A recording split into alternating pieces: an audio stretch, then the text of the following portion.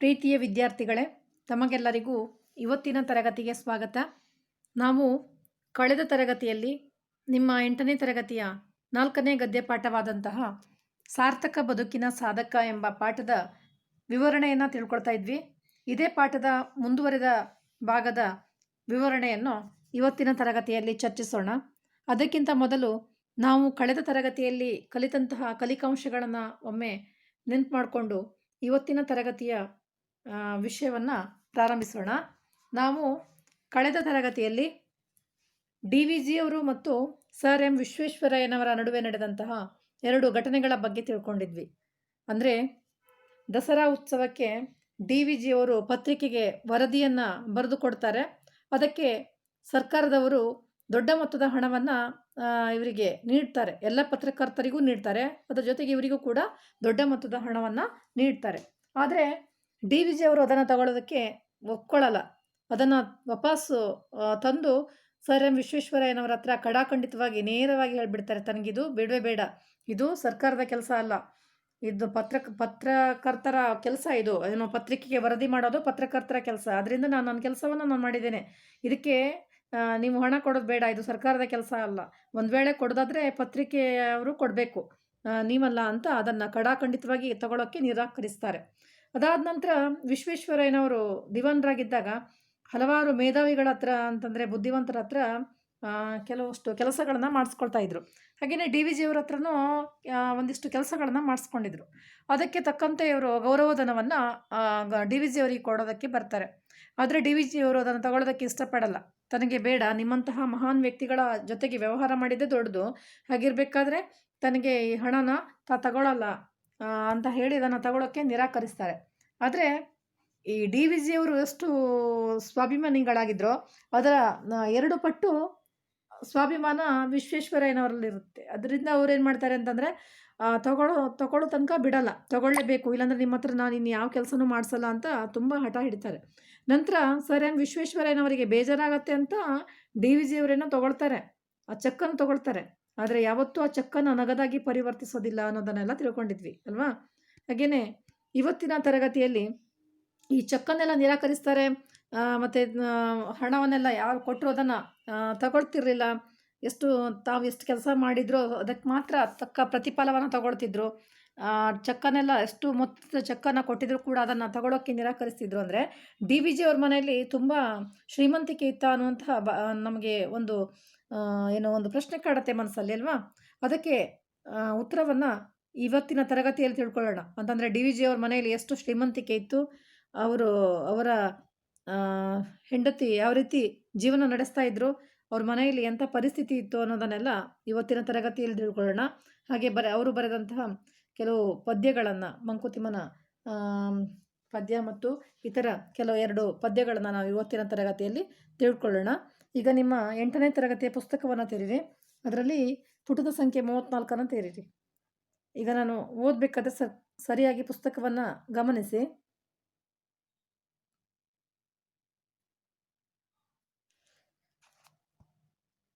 ಹಣವನ್ನು ಸರ್ಕಾರದ ಸಹಾಯವನ್ನು ಇಷ್ಟು ಉದಾಸೀನ ಮಾಡಿದ ವ್ಯಕ್ತಿ ಎಂಥ ಶ್ರೀಮಂತರಿದ್ದಿರಬಹುದು.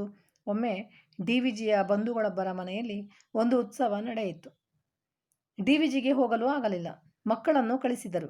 ಆರತಿ ಅಕ್ಷತೆಯ ಹೊತ್ತಾದರೂ ಹೆಂಡತಿ ಮನೆಯಲ್ಲೇ ಇದ್ದಾರೆ. ಗಂಡ ಅಸಮಾಧಾನದಿಂದ ಕೇಳಿದರು, ನೀನು ಉತ್ಸವಕ್ಕೆ ಹೋಗುವುದಿಲ್ಲವೇ? ಇಲ್ಲ. ಯಾಕೆ? ಮಕ್ಕಳನ್ನು ಕಳಿಸಿದ್ದೇನಲ್ಲ. ಅದು ಸರಿ, ನೀನು ಹೋಗಬೇಕಷ್ಟೇ. ಅವರು ನಮಗೆ ಬಹಳ ಬೇಕಾದವರು. ನೀನು ಹೋಗದಿದ್ದರೆ ಬೇಸರ ಪಡುವುದಿಲ್ಲವೇ? ಮನೆಯಲ್ಲಿ ಯಾರಾದರೂ ಇರಬೇಕಲ್ಲ. ನಾನು ಇರುತ್ತೇನೆ, ನೀನು ಹೋಗಿ ಬಾ. ಅವರ ಹೆಂಡತಿ ಏನೇನೋ ಸಬೂಬು ಹೇಳಿದರು. DVG ಅದಕ್ಕೆ ಉತ್ತರ ಕೊಡುತ್ತಲೇ ಹೋದರು. ನಿಜವಾದ ಕಾರಣ ಕೊನೆಗೆ ಹೊರಬರಲೇಬೇಕಾಯಿತು. ನಾನು ಹೇಳಬಾರದೆಂದಿದ್ದೆ, ನೀವು ಪಟ್ಟು ಹಿಡಿದು ನನ್ನ ಬಾಯಿ ಬಿಡಿಸುತ್ತಿದ್ದೀರಿ. ನನ್ನ ಹತ್ತಿರ ಇರುವುದು ಇದೊಂದೇ ಸೀರೆ. ಇದು 1-2 ಕಡೆ ಹರಿದಿದೆ. ನಾನು ಈ ಬಟ್ಟೆಯಲ್ಲಿ ಹೊರಗೆ ಕಾಣಿಸಿಕೊಂಡರೆ ಜನ ನಿಮ್ಮನ್ನು ಕುರಿತು ಆಡಿಕೊಳ್ಳುವುದಿಲ್ಲವೇ? ಬಂಧುಗಳ ಮನೆಗೆ ಹೋಗಿ ಬರುವುದು ಹೇಗೆ ನನಗೆ ಕರ್ತವ್ಯವೋ ಹಾಗೆ ನಿಮ್ಮ ಮರ್ಯಾದೆಗೆ ಊನಬಾರದಂತೆ ನಡೆದುಕೊಳ್ಳುವುದು ನನಗೆ ಕರ್ತವ್ಯವೇ ಅಲ್ಲವೇ? DVG ಅವರು ಆಧುನಿಕ ಕನ್ನಡ ಸಾಹಿತ್ಯದ ದಿಗ್ಗಜರಲ್ಲಿ ಒಬ್ಬರು. ಕನ್ನಡ ಸಾರಸ್ವತ ಲೋಕದ ಭೀಷ್ಮ ಎಂದು ಕರೆಸಿಕೊಂಡವರು. ಅವರದ್ದು ಹೋಲಿಕೆ ಇಲ್ಲದ ಅಪೂರ್ವ ವ್ಯಕ್ತಿತ್ವ. ಇತರ ಸಾಹಿತಿಗಳಂತೆ ಅವರು ಸಾಹಿತಿ ಮಾತ್ರವಾಗಿರಲಿಲ್ಲ, ಹೆಸರಾಂತ ಪತ್ರಕರ್ತರಾಗಿದ್ದರು, ಹಿರಿಯ ವೇದಾಂತಿಯಾಗಿದ್ದರು, ರಾಜ್ಯಶಾಸ್ತ್ರದಲ್ಲಿ ಆಳವಾದ ತಿಳುವಳಿಕೆಯುಳ್ಳವರಾಗಿದ್ದರು. ಸಾರ್ವಜನಿಕ ಜೀವನಕ್ಕೆ ಸಂಬಂಧಿಸಿದ ಎಲ್ಲ ವಿಚಾರಗಳ ಮಂಥನಕ್ಕಾಗಿ ಗೋಖಲೆ ಸಾರ್ವಜನಿಕ ಸಂಸ್ಥೆ ಅಂತ ಪ್ರಸಿದ್ಧ ಸಂಸ್ಥೆಯನ್ನು ಕಟ್ಟಿದ ಸಾಹಿತಿ ಬೇರೆ ಯಾರಿದ್ದಾರೆ? ಅವರನ್ನು ಮಹಾಧೀಮಂತ ಎಂಬ ಮಾತಿನಿಂದ ವರ್ಣಿಸುವುದು ಸರಿಯಾದೀತೇನು? ಅವರು ಬರೆದ ಕವಿತೆಗಳು ಅವರ ವ್ಯಕ್ತಿತ್ವವನ್ನು ಬಹಳ ಸೊಗಸಾಗಿ ವರ್ಣಿಸುತ್ತವೆ. ಈ ಸಾಲುಗಳನ್ನು ಗಮನಿಸಿ. ವನಸು ಮೊದಲೆನ್ನ ಜೀವನವು ವಿಕಸಿಸುವಂತೆ ಮನವನನುಗೊಳಿಸು ಗುರುವೇ ಹೇ ದೇವ. ಕಾನನದಿ ಮಲ್ಲಿಗೆಯು ಮೌನದಿಂ ಬಿರಿದು ನಿಜ ಸೌರಭವನ್ನು ಸೂಸಿ ನಲಿವಿಂ ತಾ ನೆಲೆಯೇ ಪಿಂತಿರ್ದು ದೀನತೆಯೇ ತೋರಿ ಅಭಿಮಾನವನ್ನು ತೊರೆದು ಕೃತಕೃತ್ಯತೆಯೇ ಪಡೆಯುವಂತೆ. ಇಳೆಯಿಂದ ಮೊಳಕೆ ಒಗೆವೊಂದು ತಮಟೆಗಳಿಲ್ಲ, ಫಲಮಾಗುವೊಂದು ತುತ್ತೂರಿದನಿಯಿಲ್ಲ, ಬೆಳಕೀವ ಸೂರ್ಯ ಚಂದ್ರರದೊಂದು ಸದ್ದಿಲ್ಲ, ಹೊಲಿನಿನ್ನ ತುಟಿಗಳನ್ನು ಮಂಕುತಿಮ್ಮ.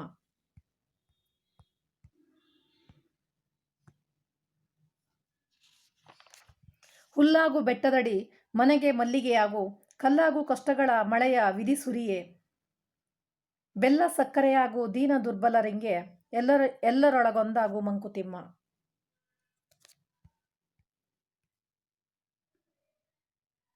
ನೋಡಿ, ಅವರ ಮನೆಯಲ್ಲಿ ಎಷ್ಟೊಂದು ಶ್ರೀಮಂತಿಕೆ ಇತ್ತು ಅಂತ ನಂತರ ಲೇಖಕರು ಹೇಳ್ತಾರೆ. ಅವರ ಮನೆಯಲ್ಲಿ ನಡೆದಂತಹ ಒಂದು ಘಟನೆಯನ್ನು ಹೇಳ್ತಾರೆ. ಅಂದರೆ ಅವರ ಪತ್ನಿ ಮತ್ತು ಅವರ ಮಧ್ಯೆ ನಡೆದಂತಹ ಒಂದು ಘಟನೆಯನ್ನು ವಿವರಿಸಿ ಅವರ ಮನೆಯಲ್ಲಿ ಎಷ್ಟೊಂದು ಶ್ರೀಮಂತಿಕೆ ಇತ್ತು ಅಂತ ಹೇಳ್ತಾರೆ. ನೋಡಿ, ಹಣವನ್ನು, ಸರ್ಕಾರದ ಸಹಾಯವನ್ನು ಇಷ್ಟು ಉದಾಸೀನ ಮಾಡಿದ ವ್ಯಕ್ತಿ ಎಂಥ ಶ್ರೀಮಂತರಿದ್ದಿರಬಹುದು. ಒಮ್ಮೆ DVGಯ ಬಂಧುಗಳೊಬ್ಬರ ಮನೆಯಲ್ಲಿ ಒಂದು ಉತ್ಸವ ನಡೆಯಿತು. DVG ಹೋಗಲು ಆಗಲಿಲ್ಲ. ಮಕ್ಕಳನ್ನು ಕಳಿಸಿದರು. ಆರತಿ ಅಕ್ಷತೆಯ ಹೊತ್ತಾದರೂ ಹೆಂಡತಿ ಮನೆಯಲ್ಲೇ ಇದ್ದಾರೆ. ಗಂಡ ಅಸಮಾಧಾನದಿಂದ, ನೀನು ಉತ್ಸವಕ್ಕೆ ಹೋಗುವುದಿಲ್ಲವೇ? ಇಲ್ಲ. ಯಾಕೆ? ಮಕ್ಕಳನ್ನು ಕಳಿಸಿದ್ದೇನಲ್ಲ, ಅದು ಸರಿ, ಹೋಗಬೇಕಷ್ಟೇ.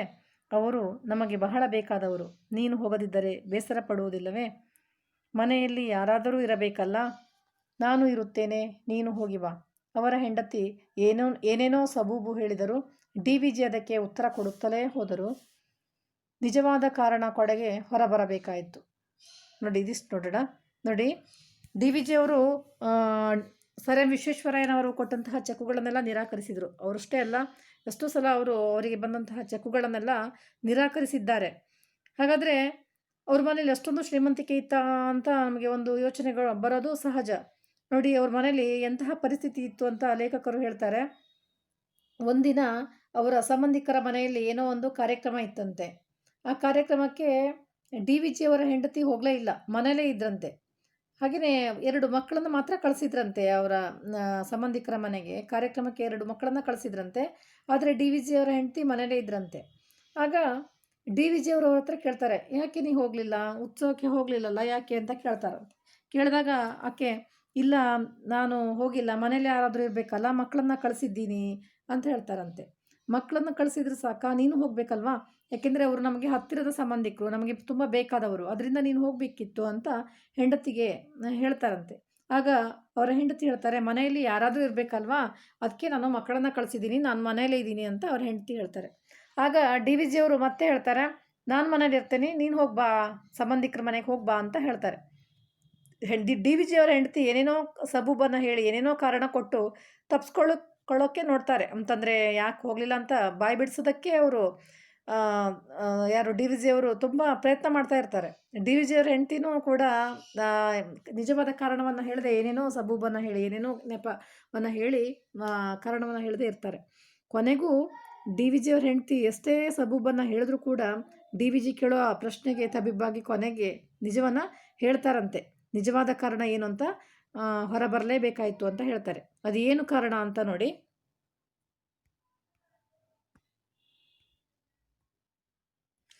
ಅದು ಏನು ಕಾರಣ ಅಂತ ಹೇಳ್ತಾರೆ. DVG ಅವ್ರ ಹೆಂಡತಿ ಹೇಳ್ತಾರೆ, ಆಗ ನಾನು ಹೇಳಬಾರದು ಎಂದಿದ್ದೆ, ನೀವು ಪಟ್ಟು ಹಿಡಿದು ನನ್ನ ಬಾಯಿ ಬಿಡಿಸುತ್ತಿದ್ದೀರಿ. ನನ್ನ ಹತ್ತಿರ ಇರುವುದು ಇದೊಂದೇ ಸೀರೆ, ಇದು 1-2 ಕಡೆ ಹರಿದಿದೆ. ನಾನು ಈ ಬಟ್ಟೆಯಲ್ಲಿ ಹೊರಗೆ ಕಾಣಿಸಿಕೊಂಡರೆ ಜನ ನಿಮ್ಮನ್ನು ಕುರಿತು ಆಡಿಕೊಳ್ಳುವುದಿಲ್ಲವೇ? ಬಂಧುಗಳ ಮನೆಗೆ ಹೋಗಿ ಬರುವುದು ಹೇಗೆ ನನಗೆ ಕರ್ತವ್ಯವೋ ಹಾಗೆ ನಿಮ್ಮ ಮರ್ಯಾದೆಗೆ ಊನಬಾರದಂತೆ ನಡೆದುಕೊಳ್ಳುವುದು ನನಗೆ ಕರ್ತವ್ಯವೇ ಅಲ್ಲವೇ ಅಂತ ಹೇಳ್ತಾರೆ. ನೋಡಿ, ಅಂತಹ ಒಳ್ಳೆ ಸಾಧ್ವಿ ಆಗಿದ್ರು ಅವರ ಹೆಂಡತಿ ಅಂತ ಇದರಿಂದ ಗೊತ್ತಾಗತ್ತೆ. ಡಿ ವಿ ಜಿ ಅವರು ಎಷ್ಟು ಸ್ವಾಭಿಮಾನಿಗಳೋ ಅವರ ಹೆಂಡತಿ ಕೂಡ ಅವರಿಗೆ ತಕ್ಕಾದ ಹೆಂಡತಿಯಾಗಿದ್ದರು. ಅವರು ಕೂಡ ತುಂಬ ಸ್ವಾಭಿಮಾನಿ, ಹಾಗೆ ತುಂಬ ಪ್ರಾಮಾಣಿಕರು. ಡಿ ವಿ ಜಿಯವ್ರ ಹತ್ರ ಅವ್ರ ಹೆಂಡತಿ ಹೇಳ್ತಾರೆ, ನನ್ನ ಹತ್ರ ಜಾಸ್ತಿ ಸೀರೆ ಇಲ್ಲ, ನನ್ನ ಹತ್ರ ಇರೋದು ಒಂದೇ ಸೀರೆ, ಅದು ಒಂದೆರಡು ಕಡೆ ಹರಿದ್ಬಿಟ್ಟಿದೆ. ಹಾಗಾಗಿ ತಾನೇನಾದರೂ ಈ ಸೀರೆ ಉಟ್ಕೊಂಡು ಸಂಬಂಧಿಕರ ಮನೆಗೆ ಹೋದರೆ ನಿಮ್ಮ ಮರ್ಯಾದೆಗೆ ಕುಂದು ಬರುತ್ತೆ, ಅದರಿಂದ ತಾನು ಹೋಗಲಿಲ್ಲ. ಹೇಗೆ ಸಂಬಂಧಿಕರ ಮನೆಗೆ ಕಾರ್ಯಕ್ರಮಕ್ಕೆ ಹೋಗಿ ಬರೋದು ತನ್ನ ಕರ್ತವ್ಯವೋ ಅದೇ ರೀತಿಯಾಗಿ ತನ್ನ ಪತಿಯ ಮರ್ಯಾದೆಯನ್ನು ಉಳಿಸೋದು ಕೂಡ ತನ್ನ ಧರ್ಮ ಅಂತ ಅವರ ಹೆಂಡತಿ ಹೇಳ್ತಾರಂತೆ. ಇದರಲ್ಲಿ ಅವರ ಸ್ವಭಾವ ಎಂಥದ್ದಾಗಿತ್ತು, ಡಿ ವಿ ಜಿ ಅವರ ಪತ್ನಿಯು ಕೂಡ ಎಷ್ಟೊಂದು ಒಳ್ಳೆಯ ವ್ಯಕ್ತಿತ್ವವನ್ನು ಹೊಂದಿದ್ರು ಅನ್ನೋದು ಗೊತ್ತಾಗತ್ತೆ. ಅಂತಂದರೆ ಮನೆಯ ಮರ್ಯಾದೆಯನ್ನು ಯಾವ ರೀತಿ ಉಳಿಸ್ಕೊಳ್ತಿದ್ರು ಅನ್ನೋದು ಇದರಲ್ಲಿ ಗೊತ್ತಾಗತ್ತೆ. ಮುಂದೆ ನೋಡಿ, ಡಿ ವಿ ಜಿ ಅವರು ಆಧುನಿಕ ಕನ್ನಡ ಸಾಹಿತ್ಯದ ದಿಗ್ಗಜರಲ್ಲಿ ಒಬ್ಬರು. ಕನ್ನಡ ಸಾರಸ್ವತ ಲೋಕದ ಭೀಷ್ಮ ಎಂದು ಕರೆಸಿಕೊಂಡವರು. ಅವರದ್ದು ಹೋಲಿಕೆ ಇಲ್ಲದ ಅಪೂರ್ವ ವ್ಯಕ್ತಿತ್ವ. ಇತರ ಸಾಹಿತಿಗಳಂತೆ ಅವರು ಸಾಹಿತಿ ಮಾತ್ರವಾಗಿರಲಿಲ್ಲ, ಹೆಸರಾಂತ ಪತ್ರಕರ್ತರಾಗಿದ್ದರು, ಹಿರಿಯ ವೇದಾಂತಿಯಾಗಿದ್ದರು, ರಾಜ್ಯಶಾಸ್ತ್ರದಲ್ಲಿ ಆಳವಾದ ತಿಳುವಳಿಕೆಯುಳ್ಳವರಾಗಿದ್ದರು. ಸಾರ್ವಜನಿಕ ಜೀವನಕ್ಕೆ ಸಂಬಂಧಿಸಿದ ಎಲ್ಲ ವಿಚಾರಗಳ ಮಂಥನಕ್ಕಾಗಿ ಗೋಖಲೆ ಸಾರ್ವಜನಿಕ ಸಂಸ್ಥೆಯಂಥ ಪ್ರಸಿದ್ಧ ಸಂಸ್ಥೆಯನ್ನು ಕಟ್ಟಿದ ಸಾಹಿತಿ ಬೇರೆ ಯಾರಿದ್ದಾರೆ? ಅವರನ್ನು ಮಹಾಧೀಮಂತ ಎಂಬ ಮಾತಿನಿಂದ ವರ್ಣಿಸುವುದು ಸರಿಯಾದೀತೇನೋ? ಇಲ್ಲಿವರೆಗೆ ನೋಡೋಣ. ನೋಡಿ, ಡಿ ವಿ ಜಿ ಅವರು ನಮ್ಮ ಆಧುನಿಕ ಕನ್ನಡ ಸಾಹಿತ್ಯದ ಅತ್ಯಂತ ದಿಗ್ಗಜರಲ್ಲಿ ಒಬ್ಬರು, ಅತ್ಯಂತ ಶ್ರೇಷ್ಠ ಸಾಹಿತಿ ಇವರು. ಯಾಕೆಂದರೆ ಬರೀ ಬರವಣಿಗೆಯನ್ನು ಬರೆದು ಸುಮ್ಮನೆ ಕೆಲವರು ಬರೆಯೋದೊಂದು, ನಡ್ಕೊಳ್ಳೋ ರೀತಿಯ ಒಂದು ಇರುತ್ತೆ. ಅಂತಂದರೆ ಬರವಣಿಗೆಯಲ್ಲಿ ತೋರಿಸೋದೇ ಬೇರೆ, ಅವ್ರ ನಿಜವಾದ ಜೀವನದ ರೀತಿಯೇ ಬೇರೆ ಇರುತ್ತೆ. ಆದರೆ ಕೆಲವಷ್ಟು ಜನ ಮಾತ್ರ, ಅಂದರೆ ಬೆರಳೆಣಿಕೆಯಷ್ಟು ಜನ ಸಾಹಿತಿಗಳು ಅವರು ಹೇಗೆ ಬರೆದಿದ್ರು ಅದೇ ರೀತಿ ಜೀವಿಸಿದ್ದಾರೆ. ಅದರಲ್ಲಿ ನಮ್ಮ ಡಿ ವಿ ಜಿ ಕೂಡ ಒಬ್ಬರು. ಯಾಕೆಂತಂದರೆ ಇವರು ನಮ್ಮ ಕನ್ನಡ ಸಾರಸ್ವತ ಲೋಕದ ಮಹಾನ್ ದಿಗ್ಗಜರಲ್ಲಿ ಒಬ್ಬರು ಅಂತ ಹೇಳ್ತಾರೆ. ಹಾಗೆಯೇ ಕನ್ನಡ ಸಾರಸ್ವತ ಲೋಕದ ಭೀಷ್ಮ ಅಂತ ಕರೆಸ್ಕೊಂಡವರು ಇವರು. ಅವರದ್ದು ಹೋಲಿಕೆ ಇಲ್ಲದ ಅಪೂರ್ವ ವ್ಯಕ್ತಿತ್ವ ಅಂತ ಹೇಳ್ತಾರೆ. ಅಂದರೆ ಯಾರಿಗೂ ಇವ್ರನ್ನ ಹೋಲಿಸೋಕ್ಕಾಗಲ್ಲ, ಅವರೇ ಹೋಲಿಕೆ, ಅವರನ್ನು ಯಾರ ಜೊತೆಗೂ ಹೋಲಿಕೆ ಮಾಡೋದಕ್ಕೆ ಆಗಲ್ಲ. ಅಷ್ಟೊಂದು ಒಳ್ಳೆಯ ಉನ್ನತ ಮಟ್ಟದ ವ್ಯಕ್ತಿತ್ವ ನಮ್ಮ ಡಿ ವಿ ಜಿ ಅವ್ರದ್ದಾಗಿತ್ತು. ಹಾಗೆಯೇ ಇತರ ಸಾಹಿತಿಗಳಂತೆ ಅವರು ಕೇವಲ ಸಾಹಿತಿ ಮಾತ್ರ ಆಗಿರಲಿಲ್ಲ, ಅವರು ಹೆಸರಾಂತ ಪತ್ರಕರ್ತರಾಗಿದ್ದರು, ಹಿರಿಯ ವೇದಾಂತಿಯಾಗಿದ್ದರು, ತತ್ವಜ್ಞಾನದ ಆಳವಾದ ಇದು ಜ್ಞಾನ ಅವರಿಗಿತ್ತು. ಅದರಿಂದ ರಾಜ್ಯಶಾಸ್ತ್ರದಲ್ಲಿ ಅವರು ಆಳವಾದ ತಿಳುವಳಿಕೆಯನ್ನು ಕೂಡ ಹೊಂದಿದ್ರಂತೆ. ಬರೀ ಸಾಹಿತಿ ಮಾತ್ರ ಅಲ್ಲ, ಹಿರಿಯ ಪತ್ರಕರ್ತರು ಹೌದು, ಹಾಗೆಯೇ ವೇದಾಂತಿಯಾಗಿದ್ದರು, ರಾಜ್ಯಶಾಸ್ತ್ರದಲ್ಲಿ ಆಳವಾದ ತಿಳುವಳಿಕೆ ಇದ್ದಂತಹ ಜ್ಞಾನಿಯಾಗಿದ್ದರು. ಹಾಗೆಯೇ ಸಾರ್ವಜನಿಕ ಜೀವನಕ್ಕೆ ಸಂಬಂಧಿಸಿದಂತಹ ಎಲ್ಲ ವಿಚಾರಗಳ ಮಂಥನಕ್ಕಾಗಿ ಇವರು ಏನು ಮಾಡ್ತಾರೆ ಅಂದರೆ ಗೋಖಲೆ ಸಾರ್ವಜನಿಕ ಸಂಸ್ಥೆಯಂತಹ ಒಂದು ದೊಡ್ಡ ಸಂಸ್ಥೆಯನ್ನು, ಅತ್ಯಂತ ಪ್ರಸಿದ್ಧ ಸಂಸ್ಥೆಯನ್ನು ಕಟ್ತಾರೆ. ಅಂದರೆ ಸಾರ್ವಜನಿಕ ಜೀವನಕ್ಕೆ ಸಂಬಂಧಿಸಿದಂತಹ ವಿಚಾರಗಳ ಮಂಥನಕ್ಕೆ ಅಂತ ಗೋಖಲೆ ಸಾರ್ವಜನಿಕ ಸಂಸ್ಥೆಯನ್ನು ಕಟ್ತಾರೆ. ಇದು ಅತ್ಯಂತ ದೊಡ್ಡ ಪ್ರಸಿದ್ಧ ಸಂಸ್ಥೆ. ಹೀಗೆ ಇವರನ್ನು ನಾವು ಯಾವ ಮಾತಿನಿಂದ ವರ್ಣಿಸಬೇಕು ಅಂತ ಗೊತ್ತಾಗಲ್ಲ. ಅದರಿಂದ ಮಹಾಧೀಮಂತ ಅನ್ನುವಂತಹ ಶಬ್ದದಿಂದ ಅವರನ್ನು ವರ್ಣಿಸಿದರೆ ಸರಿಯಾಗ್ತದೆಯೋ ಏನೋ ಅಂತ ಕವಿ ಹೇಳ್ತಾರೆ ಇಲ್ಲಿ. ಹಾಗೆಯೇ ಅವರು ಬರೆದ ಕವಿತೆಗಳು ಅವರ ವ್ಯಕ್ತಿತ್ವವನ್ನು ಬಹಳ ಸೊಗಸಾಗಿ ವರ್ಣಿಸುತ್ತವೆ ಅಂತ ಹೇಳಿ ಒಂದು 2-3 ಕವಿತೆಗಳನ್ನು ಹೇಳ್ತಾರೆ. ನೋಡಿ, ಅವರು ಬರೆದಂತಹ ಕವಿತೆಗಳೇ ಅವರ ವ್ಯಕ್ತಿತ್ವವನ್ನು ಸಾರ್ತವೆ. ಯಾಕೆಂದರೆ ಅವರು ಹೇಗೆ ಕವಿತೆಗಳನ್ನು ಬರೆದಿದ್ರು, ಅವ್ರ ಬರಹ ಹೇಗಿತ್ತು, ಅವ್ರ ಜೀವನ ಕೂಡ ಹಾಗೆ ಇತ್ತು. ಅವರ ಜೀವನದ ಹಾಗೆ ಬರಹ ಇತ್ತು, ಬರಹದ ಹಾಗೆ ಜೀವನ ಇತ್ತು. ಅದರಿಂದ ಅವರ ಕವಿತೆಗಳು ಅವರ ಜೀವನದ ಪ್ರತಿಬಿಂಬ ಅಂತ ಹೇಳ್ಬೋದು. ಅದರಿಂದ 2-3 ಕವಿತೆಗಳನ್ನು, ಅವರು ಬರೆದಂತಹ ಕವಿತೆಗಳನ್ನು ಹೇಳ್ತಾರೆ. ನೋಡಿ, ಎಷ್ಟು ಸುಂದರವಾದ ಕವನ ಇದು. ಹೇಳ್ತಾರೆ, ವನಸು ಮೊದಲೆನ್ನ ಜೀವನವು ವಿಕಸಿಸುವಂತೆ ಮನವನನುಗೊಳಿಸು ಗುರುವೇ ಹೇ ದೇವ. ಕಾನನದಿ ಮಲ್ಲಿಗೆಯು ಮೌನದಿಂ ಬಿರಿದು ನಿಜ ಸೌರಭವ ಸೂಸಿ ನಲಿವಿಂ ತಾನೆಲೆಯೇ ಪಿಂತಿರ್ದು ದೀನತೆಯ ತೋರಿ ಅಭಿಮಾನವನ್ನು ತೊರೆದು ಕೃತಕೃತ್ಯೆ ಪಡೆಯುವಂತೆ ಅಂತ ಹೇಳ್ತಾರೆ. ಅಂತಂದರೆ ಹೇ ದೇವರೇ, ತನ್ನ ಜೀವನವನ್ನು ವನದ ಸುಮದ ಹಾಗೆ ಮಾಡು ಅಂತ ಹೇಳ್ತಾರೆ. ಅಂತಂದರೆ ವನ ಅಂದರೆ ಕಾಡು, ಸುಮ ಅಂದರೆ ಹೂವು, ಗೊತ್ತಿದೆಯಲ್ವಾ? ಸುಮ ಅಂದರೆ ಹೂವು, ವನ ಅಂದರೆ ಕಾಡು. ಕಾಡಿನ ಕುಸುಮದ ಹಾಗೆ ತನ್ನ ಇರುವ ಹಾಗೆ ಮಾಡು ಅಂತ ಹೇಳ್ತಾರೆ. ಅಂತಂದರೆ ಏನು, ಕಾಡಿನಲ್ಲಿ ಹೂವು ಅರಳಿ ಪರಿಮಳವನ್ನು ಬೀರ್ತಾ ಇರುತ್ತೆ. ಆದರೆ ಅದು ಯಾರಿಗೂ ಗೊತ್ತಾಗಲ್ಲ. ಅದು ಪರಿಮಳ ಬೀರ್ತಾ ಇದೆ, ಕಾಡಲ್ಲಿ ಹೂವು ಅರಳಿದೆ, ಪರಿಮಳ ಬೀರ್ತಾ ಇದೆ ಅಂತ ಯಾರಿಗೂ ಗೊತ್ತಾಗಲ್ಲ. ಅಂತಂದರೆ ಅದು ಡಂಗುರ ಹೊಡ್ಕೊಳ್ಳಲ್ಲ. ಯಾಕೆಂದರೆ ಅದು ಕಾಡಲ್ಲಿ ಇರುತ್ತೆ. ಅದರಿಂದ ವನಸುಮ ಹೇಗೆ ಏನು ಒಂಚೂರು ಸದ್ದು ಮಾಡದೆ ಎಲ್ಲೂ ಯಾರಿಗೂ ಗೊತ್ತಾಗದ ಹಾಗೆ ಅರಳಿ ಸುಗಂಧವನ್ನು ಬೀರ್ತಾ ಇರುತ್ತೋ, ಪರಿಮಳವನ್ನು ಬೀರ್ತಾ ಇರುತ್ತೋ, ಅದೇ ಥರ ತನ್ನ ಮನಸ್ಸನ್ನು ಏನು ಮಾಡು, ತನಗೂ ಅಂತಹ ವ್ಯಕ್ತಿತ್ವ ಬರುವ ಹಾಗೆ ಮಾಡು, ಕಾಡಿನ ಸುಮದ ವ್ಯಕ್ತಿತ್ವ ತನಗೆ ಬರುವ ಹಾಗೆ ಮಾಡು ಅಂತಂದರೆ, ತಾನು ಅಷ್ಟೊಂದು ಬರೆದಿದ್ದೀನಿ, ಹೀಗೆ ಬರೆದಿದ್ದೀನಿ, ತಾನು ತುಂಬ ಒಳ್ಳೆಯ ವ್ಯಕ್ತಿ ಅಂತ ತನ್ನ ಬಗ್ಗೆ ತಾನು ಬಡಾಯಿ ಕೊಚ್ಕೊಳ್ಳದೆ ಇರುವ ಹಾಗೆ ತನ್ನ ಮನಸ್ಸನ್ನು ಏನು ಮಾಡು, ನಿಯಂತ್ರಿಸು ದೇವರೇ ಅಂತ ದೇವ್ರ ಹತ್ರ ಹೇಳ್ಕೊಳ್ತಾರೆ. ಅಂದರೆ ತನ್ನ ಬಗ್ಗೆ ತಾನು ಯಾವಾಗಲೂ ಅಹಂಕಾರ ಪಟ್ಕೊಳ್ಬಾರ್ದು. ತಾನು ತುಂಬ ಮೇಧಾವಿ, ಅತ್ಯಂತ ಬುದ್ಧಿವಂತ, ತಾನೇ ಶ್ರೇಷ್ಠ, ತಾನು ಅಷ್ಟೊಂದು ಬರಹವನ್ನು ಬರೆದಿದ್ದೀನಿ ಹಾಗೆ ಹೀಗೆ ಅಂತ ತನ್ನ ಬಗ್ಗೆ ತಾನು ಅಹಂಕಾರ ಪಟ್ಕೊಂಡು ತಾನು ಏನು ಏನು ತುಂಬ ಅಹಂಕಾರಿ ಆಗದೆ ಇರುವ ಹಾಗೆ ತನ್ನ ಮನಸ್ಸನ್ನು ನಿಯಂತ್ರಣದಲ್ಲಿಡು ದೇವ್ರೆ ಅಂತ ಹೇಳ್ತಾರೆ.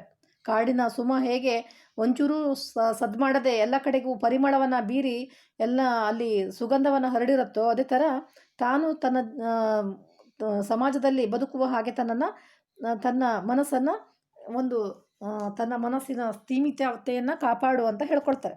ಹಾಗೆಯೇ ಹೇಗೆ ಮುಂದೆ ಹೇಳ್ತಾರೆ, ಕಾನನದಿ ಮಲ್ಲಿಗೆಯು ಮೌನದಿಂ ಬಿರಿದು ನಿಜ ಸೌರಭವ ಸೂಸಿ ನಲಿವಿಂ ತಾನೆಲೆಯ ಪಿಂತಿರ್ದು ದೀನತೆಯ ತೋರಿ ಅಭಿಮಾನವನ್ನು ತೊರೆದು ಕೃತಕೃತ್ಯತೆಯ ಪಡೆಯುವಂತೆ ಅಂತ ಹೇಳ್ತಾರೆ. ನೋಡಿ, ಮಲ್ಲಿಗೆ ಹೂವು ಅರಳಿದಾಗ ಅಂದರೆ ಕಾಡಿನಲ್ಲಿ ಮಲ್ಲಿಗೆಯ ಹೂವು ಅರಳತ್ತೆ, ಆದರೆ ಅದು ಸದ್ದು ಮಾಡಲ್ಲ, ಮೌನದಿಂದ ಮಲ್ಲಿಗೆ ಹೂವು ಅರಳತ್ತೆ. ಹಾಗೆ ಸುತ್ತಮುತ್ತಲೂ ಸೌರಭ ಅಂದರೆ ಪರಿಮಳವನ್ನು ಹೊರಸೂಸತ್ತೆ. ಆದರೆ ಪಾಪ ಅದು ಯಾವತ್ತೂ ಮುಂದೆ ಬಂದು ಇದು ಮಾಡ್ಕೊಳ್ಳಲ್ಲ, ತಾನೇ ಪರಿಮಳವನ್ನು ಎಲ್ಲ ಕಡೆ ಪಸರಿಸಿದ್ದು ಅಂತ ಮುಂದೆ ಬಂದು ತೋರಿಸ್ಕೊಳ್ಳಲ್ಲ.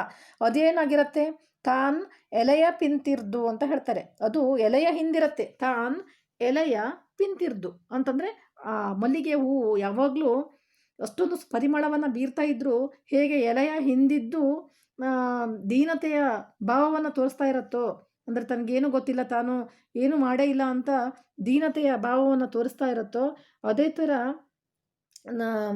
ತಾನೂ ಕೂಡ ಅಂದರೆ ಯಾವತ್ತೂ ತಾನು ಅಹಂಕಾರಿಯಾಗದೆ ಜೀವನದ ಧನ್ಯತೆಯನ್ನು, ಕೃತಕೃತ್ಯತೆಯನ್ನು ಅಂತಂದರೆ ಜೀವನದ ಧನ್ಯತೆಯನ್ನು ಪಡೆಯುವಂತೆ ಮಾಡು ದೇವ್ರೆ ಅಂತ ದೇವ್ರ ಹತ್ರ ಇವರು ಬೇಡ್ಕೊಳ್ತಾರೆ. ಎಂತಹ ಒಳ್ಳೆಯ ಬುದ್ಧಿ, ಎಷ್ಟು ಉತ್ತಮವಾದ ಉನ್ನತ ಮಟ್ಟದ ಭಾವನೆ ಅವರಲ್ಲಿ ಇತ್ತು ಅನ್ನೋದು ಇದರಲ್ಲಿ ಗೊತ್ತಾಗತ್ತೆ ನೋಡಿ.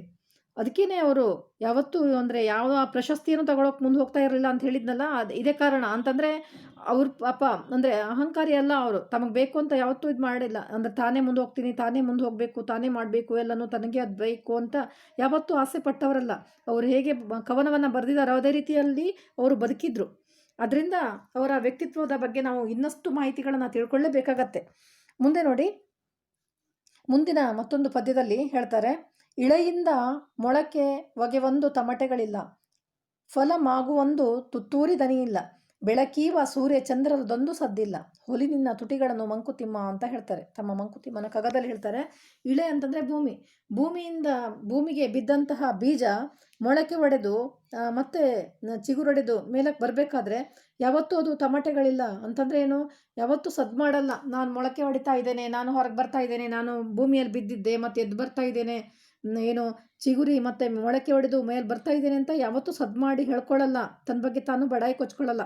ಅದೇ ರೀತಿಯಾಗಿ ಫಲ ಮಾಗುವೊಂದು ತುತ್ತೂರಿ ದನಿ ಇಲ್ಲ. ಹಾಗೆಯೇ ಏನು ಫಲಗಳು ಅಂತಂದರೆ ಹಣ್ಣುಗಳೆಲ್ಲ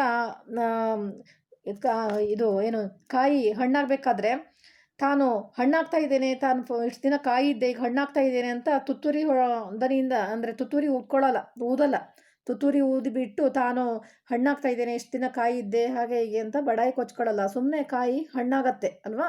ಮಾಗುವುದು ಅಂತಂದರೆ ಹಣ್ಣಾಗುವುದು. ಏನು ಕಾಯಿ ಯಾವತ್ತೂ ಹಣ್ಣಾಗಬೇಕಾದ್ರೆ ತಾನು ಹಣ್ಣಾಗ್ತಾ ಇದ್ದೇನೆ ಅಂತ ತುತ್ತೂರಿಯನ್ನು ಊದಿ ದೊಡ್ಡಕ್ಕೆ ಎಲ್ಲ ಕಡೆಗೂ ಹೇಳ್ಕೊಳ್ಳಲ್ಲ. ಅದೇ ರೀತಿಯಾಗಿ ಬೆಳಕೀವ ಸೂರ್ಯ ಚಂದ್ರರದೊಂದು ಸದ್ದಿಲ್ಲ. ಇಡೀ ಜಗತ್ತಿಗೆ ಬೆಳಕನ್ನು ನೀಡುವಂತಹ ಸೂರ್ಯ ಚಂದ್ರರು ಯಾವುದೇ ಸದ್ದನ್ನು ಮಾಡಲ್ಲ. ನಾನು ಬೆಳಕನ್ನು ನೀಡ್ತಿದ್ದೇನೆ, ತನ್ನಿಂದನೇ ಇಡೀ ಜಗತ್ತು ನಡೀತಾ ಇರೋದು ಅಂತ ಯಾವತ್ತೂ ಬಡಾಯಿ ಕೊಚ್ಕೊಳ್ಳಲ್ಲ. ಸೂರ್ಯ ಹಗಲಲ್ಲಿ ಬೆಳಕನ್ನು ನೀಡಿದರೆ ಚಂದ್ರ ರಾತ್ರಿಯಲ್ಲಿ ನಮಗೆ ಬೆಳಕನ್ನು ನೀಡ್ತಾನೆ. ಆದರೆ ಸೂರ್ಯಚಂದ್ರರು ಯಾವತ್ತೂ ತಾವು ಜಗತ್ತಿಗೆ ಬೆಳಕನ್ನು ನೀಡ್ತಾ ಇದ್ದೇವೆ ಅಂತ ಯಾವತ್ತೂ ಹೆಮ್ಮೆ ಪಟ್ಕೊಳ್ಳಲ್ಲ ಅಲ್ವಾ? ಅದರಿಂದ ಹೊಲಿ ನಿನ್ನ ತುಟಿಗಳನ್ನು ಮಂಕುತಿಮ್ಮ ಅಂತ ಹೇಳ್ತಾರೆ. ಅಂತಂದ್ರೆ ಏನು? ನೀನು ಜಾಸ್ತಿ ಹಾರಾಡಬೇಡ, ನೀನು ನಿನ್ನ ತುಟಿಗಳನ್ನು ಹೊಲಿ ಅಂತಂದ್ರೆ ಏನು? ಜಾಸ್ತಿ ಬಡಾಯಿ ಕೊಚ್ಕೊಳ್ಳೋದನ್ನ ನಿಲ್ಲಿಸು. ಜಾಸ್ತಿ ನಿನ್ನ ಬಗ್ಗೆ ನಾನು ಹಾಗೆ ಹೀಗೆ ಅಂತ ಹೆಮ್ಮೆಯಿಂದ ಬಡಾಯಿ ಕೊಚ್ಕೊಳ್ಳೋಕ್ಕೆ ಹೋಗಬೇಡ. ನೀನು ನಿನ್ನ ತುಟಿಗಳನ್ನು ಹೊಲ್ಕೋಬೇಕು ಅಂತಂದರೆ ನೀನು ಮೌನವಾಗಿ ಏನು ಕೆಲಸ ಮಾಡ್ತೀಯೋ ಅದನ್ನು ಮೌನವಾಗಿ ಮಾಡು. ತಾನು ಹೀಗೆ ಹಾಗೆ ಅಂತ ಬಡಾಯಿ ಕೊಚ್ಕೊಳ್ಳೋಕ್ಕೆ ಹೋಗಬೇಡ. ಸುಮ್ಮನೆ ಏನು ಆಡಿ ಮಾಡು, ಏನು ಹೇಳ್ತಾರಲ್ಲ ಸರ್ವಜ್ಞ ಕವಿ, ಆಡದೆ ಮಾಡುವವನು ರೂಢಿಯೊಳಗೆ ಉತ್ತಮನು, ಆಡಿ ಮಾಡುವವನು ಮಧ್ಯಮನು, ಅದು ಮಾತನಾಡಿಯೂ ಮಾಡದವನು ಸರ್ವಜ್ಞ ಅಂತ ಸರ್ವಜ್ಞ ಕವಿ ಹೇಳ್ತಾರೆ. ಅಂತಂದ್ರೆ ನಾವು ಯಾವುದೇ ಕೆಲಸ ಮಾಡಬೇಕಾದ್ರೂ ಕೂಡ ಹೇಳ್ಕೊಂಡು ಮಾಡಬಾರ್ದು. ನಾ ಹೀಗೆ ಮಾಡ್ತೇನೆ, ಹಾಗೆ ಮಾಡ್ತೇನೆ, ಹೀಗೆ ಮಾಡ್ತೇನೆ ಅಂತ ಹೇಳಿ ಮಾಡಬಾರ್ದು. ಸುಮ್ಮನೆ ಬಾಯಿ ಮುಚ್ಕೊಂಡು ನಮ್ಮ ಕೈಲಿ ಏನು ಕೆಲಸ ಮಾಡೋಕ್ಕಾಗತ್ತೋ ಅದನ್ನು ಮಾಡಬೇಕು. ಆನಂತರ ಸುಮ್ಮನೆ ಇದ್ಬಿಡಬೇಕು. ಅದು ಬಿಟ್ಟು ನಾನು ಹಾಗೆ ಮಾಡಿದ್ದೀನಿ, ಹೀಗೆ ಮಾಡಿದ್ದೀನಿ ಅಂತ ಬಡಾಯಿ ಕೊಚ್ಕೋಬಾರ್ದು. ಅದನ್ನೇ ಹೇಳ್ತಾರೆ ಈ ಪದ್ಯದಲ್ಲಿ, ಈ ಮಂಕುತಿಮ್ಮನ ಪದ್ಯದಲ್ಲಿ.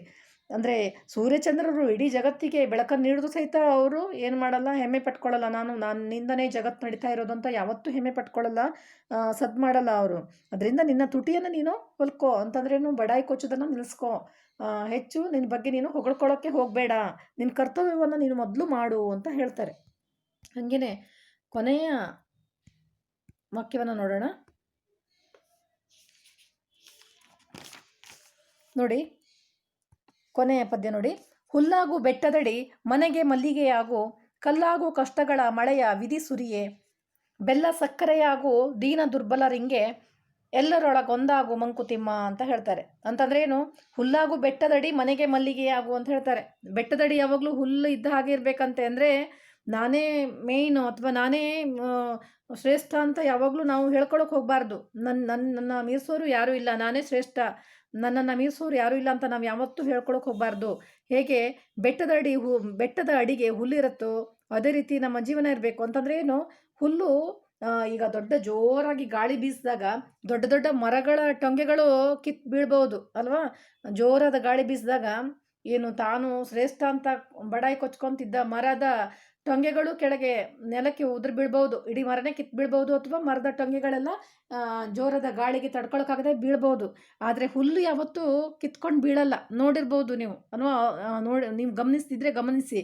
ಜೋರಾಗಿ ಗಾಳಿ ಬೀಸಿದಾಗ ಸಣ್ಣ ಸಣ್ಣ ಹುಲ್ಲುಗಳಿರ್ತಾವಲ್ಲ, ಅವು ಯಾವತ್ತೂ ಬೀಳಲ್ಲ, ಅಥವಾ ಅರ್ಧ ಹುಲ್ಲು ಕಟ್ಟಾಗಿ ಹೋಗಲ್ಲ, ಅಥವಾ ಬೇರ್ ಸಮೇತ ಬೀಳಲ್ಲ. ಆದರೆ ದೊಡ್ಡ ದೊಡ್ಡ ಮರಗಳು ಏನೋ ತಾವು ಶ್ರೇಷ್ಠ, ತಾವೇ ತಮ್ಮನ್ನು ಮೀರಿಸೋರು ಯಾರೂ ಇಲ್ಲ ಅಂತ ಏನು ತಲೆ ಎತ್ತಿ ನಿಂತಿರ್ತಾವೋ ಅಂತಹ ಮರಗಳ ಟೊಂಗೆಗಳೆಲ್ಲ ಕಟ್ಟಾಗಿ ಬಿದ್ದಿರತ್ತೆ, ದಾರಿಯಲ್ಲೆಲ್ಲ ಬಿದ್ದಿರತ್ತೆ. ಅಥವಾ ಕೆಲವೊಂದು ಸಲ ಜೋರಾಗಿ ಗಾಳಿ ಬೀಸಿದಾಗ ಅದು ಬುಡ ಸಮೇತ ಬೀಳತ್ತೆ.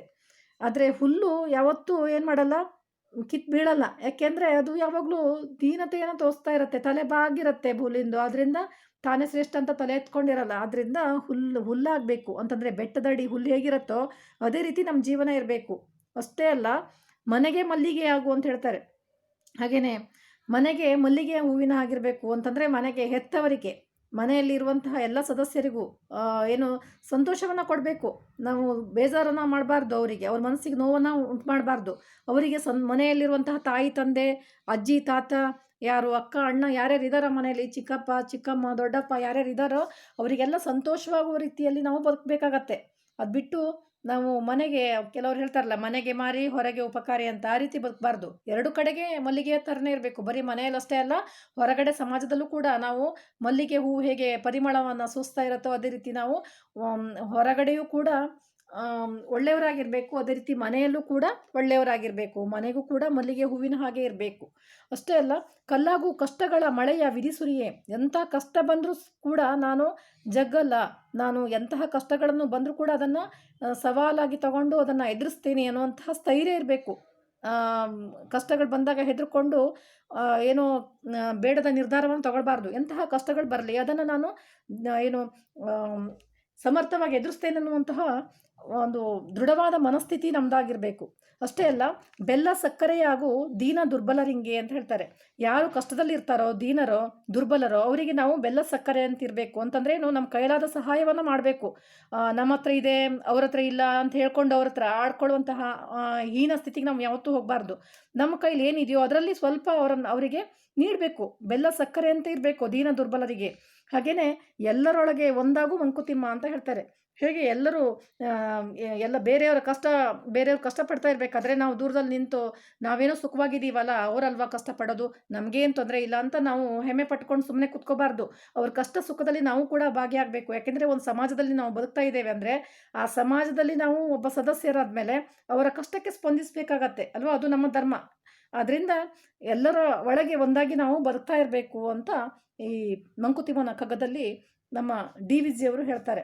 ಅದರಿಂದ ಈ ಡಿ ವಿ ಜಿಯವರ ಬಗ್ಗೆ ನಾವು ಸಾಕಷ್ಟು ತಿಳ್ಕೊಳ್ಬೇಕಾಗತ್ತೆ ಮಕ್ಕಳೇ.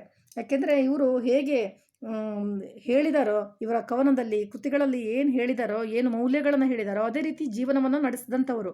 ಅದರಿಂದ ಅಂತಹ ಮಹಾನ್ ವ್ಯಕ್ತಿಗಳ ಜೀವನವನ್ನು ನಾವು ಸರಿಯಾಗಿ ತಿಳ್ಕೊಂಡಾಗ ಮಾತ್ರ ನಾವು ಕೂಡ ಒಳ್ಳೆಯ ಉತ್ತಮ ವ್ಯಕ್ತಿಗಳಾಗಿ ಬಾಳೋದಕ್ಕೆ ಸಾಧ್ಯ ಆಗ್ತದೆ.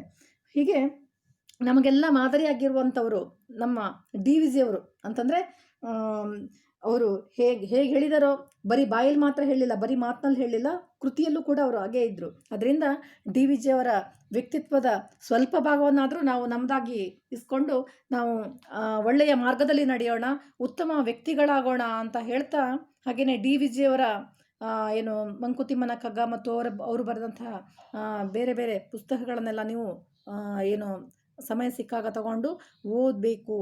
ಓದಿ ಒಳ್ಳೆಯ ಮೌಲ್ಯಗಳನ್ನು ನಿಮ್ಮ ಜೀವನದಲ್ಲಿ ಅಳವಡಿಸ್ಕೊಳ್ಬೇಕು ಅಂತ ಹೇಳ್ತಾ ಈ ಪಾಠವನ್ನು ಮುಗಿಸ್ತಾ ಇದ್ದೇನೆ. ಧನ್ಯವಾದಗಳು.